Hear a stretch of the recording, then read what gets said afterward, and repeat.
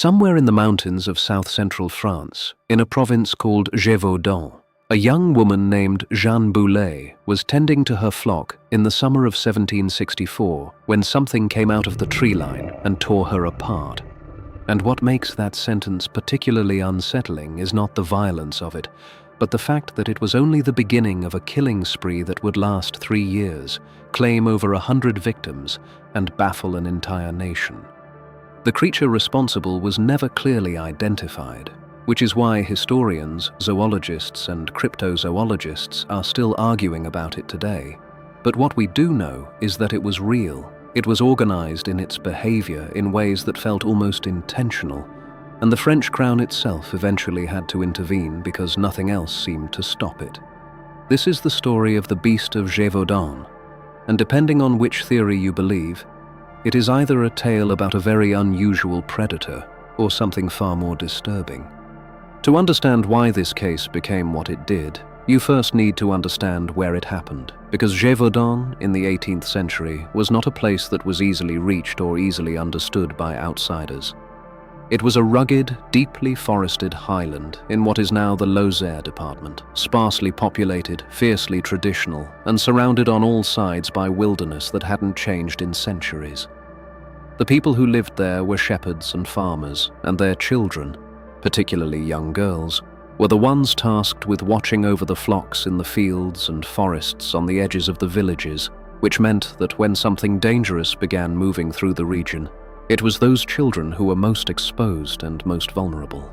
Wolves were not uncommon in France at this time, and attacks did happen, so the initial reports of a large predator were not treated with alarm. But the Beast of Gévaudan, as it would come to be known, was not behaving like a wolf, and the locals knew it almost immediately because it was targeting humans specifically and ignoring livestock, which is almost the opposite of what a hungry wolf does. The attacks that followed Jeanne Boulet's death formed a pattern that became increasingly difficult to explain as the months went on. The creature seemed to prefer attacking the head and throat with extraordinary precision. It seemed unbothered by groups of people unless they were armed, and in several documented cases, it retreated from men carrying firearms but returned to attack women and children almost immediately afterward, which suggested a level of discrimination that no one quite knew what to make of. By the end of 1764, the attacks had become frequent enough that the Bishop of Mende publicly declared the beast a divine punishment upon the people of Gévaudan, and while that kind of theological framing was not unusual for the period, it tells you something important about the atmosphere. This was no longer a wildlife problem. It had become a crisis of meaning, a thing that people were trying to locate in a framework that made sense, because the alternative was to admit that they simply didn't know what was killing them. The descriptions coming from survivors and witnesses varied in some details, but agreed on the essentials. A creature roughly the size of a calf or a large dog, reddish-brown fur with a dark stripe along the back, an enormous head, a wide chest, and an unusually long tail that it sometimes used to knock its victims off their feet before going for the kill. And that last detail is the kind of thing that separates eyewitness accounts from mythology, because it is too strange and too specific to be a simple embellishment. By early 1765, the situation had escalated to the point where King Louis XV himself took notice, partly because the attacks were now being reported in Parisian newspapers and the story was spreading across Europe, which was deeply embarrassing for a monarchy that was supposed to represent civilized order and control over its own territory. And so the king sent a man named Captain Duhamel to Gévaudan with a detachment of dragoons to kill the creature. And what followed was a months-long campaign that involved hundreds of soldiers, thousands of local hunters, and the systematic sweeping of forests and hillsides across the entire province. They killed wolves, quite a lot of them. But the attacks continued, and this is the detail that makes the Beast of Gévaudan so genuinely strange, because it suggests that whatever was doing this was either not a wolf or was not alone, and both of those possibilities carry their own deeply uncomfortable implications. In September of 1765, a royal huntsman named François Antoine killed a large grey wolf near the Abbey of Chazes, and the creature was declared the beast, stuffed and presented to the king at Versailles.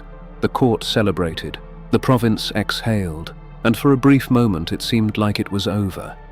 But then the killings began again within weeks, and the relief curdled into something closer to dread, because now it was impossible to pretend that there was a simple explanation. There are 3 moments in this story that tend to stop people when they really think about them.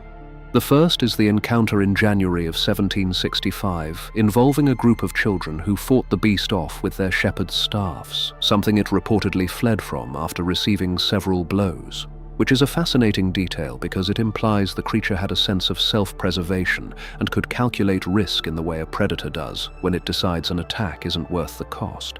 The second is the case of Marie-Jeanne Vallée, a young woman who stabbed the creature with a spear during an attack in August of 1765 and reportedly drew blood before it retreated, and she became something of a regional legend because of it, celebrated in engravings and ballads as the Maid of Gévaudan, which tells you how desperate people were for the narrative of someone fighting back. The third moment is the killing of another large animal in June of 1767 by a local hunter named Jean Chastel, after which the attacks simply stopped, completely and permanently. And Chastel's beast, when examined, was found to have human remains in its stomach, which is the kind of evidence that closes a case and should have settled the question, but instead opened new ones because Chastel had a complicated reputation and the circumstances of the kill were never entirely clear. The theories about what the beast actually was have accumulated over 2.5 centuries, and they range from the zoologically plausible to the historically sinister.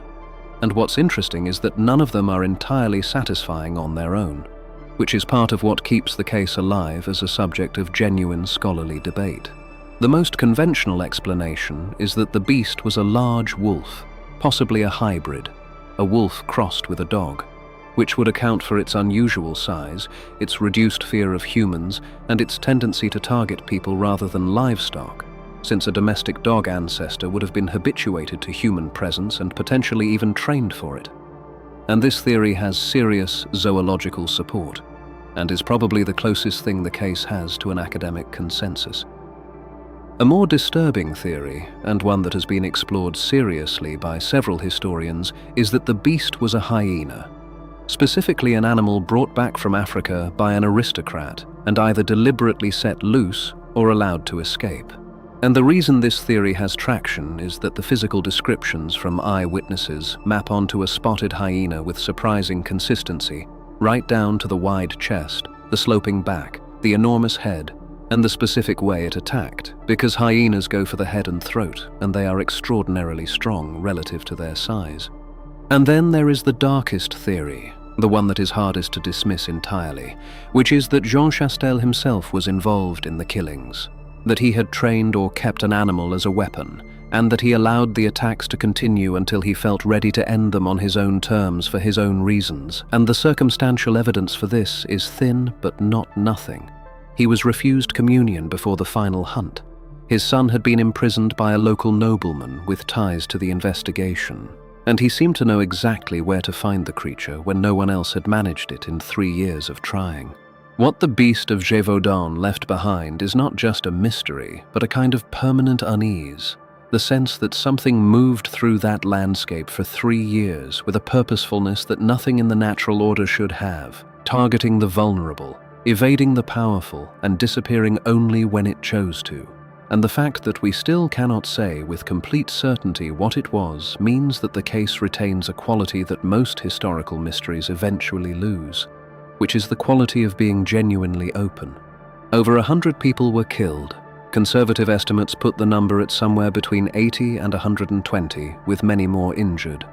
And the majority of them were children and young women, which is a detail that the historical record tends to bury in the more dramatic aspects of the story, but which gives it its real weight. Because behind the creature and the theories and the royal hunts, there is just the plain fact of those lives ended in terror in the fields and forests of a region most people have never heard of. The province of Gévaudan no longer exists as an administrative division. It was absorbed into what is now Lozère during the Revolution. But the memory persists there in a way that feels less like tourism and more like something unresolved. And if you go to the village of Auvers today, you can find a monument to the victims. And standing in front of it, you might find yourself thinking the same thing that people have been thinking about this case for 250 years. That something came out of those mountains, and no one has ever quite been able to explain what it was, or why it chose the targets it chose, or how it always seemed to know, and that the most unsettling explanation may not be the supernatural one. It may simply be that we are comfortable believing that predators follow rules, and the Beast of Gévaudan, whatever it was, did not seem to follow any rules at all.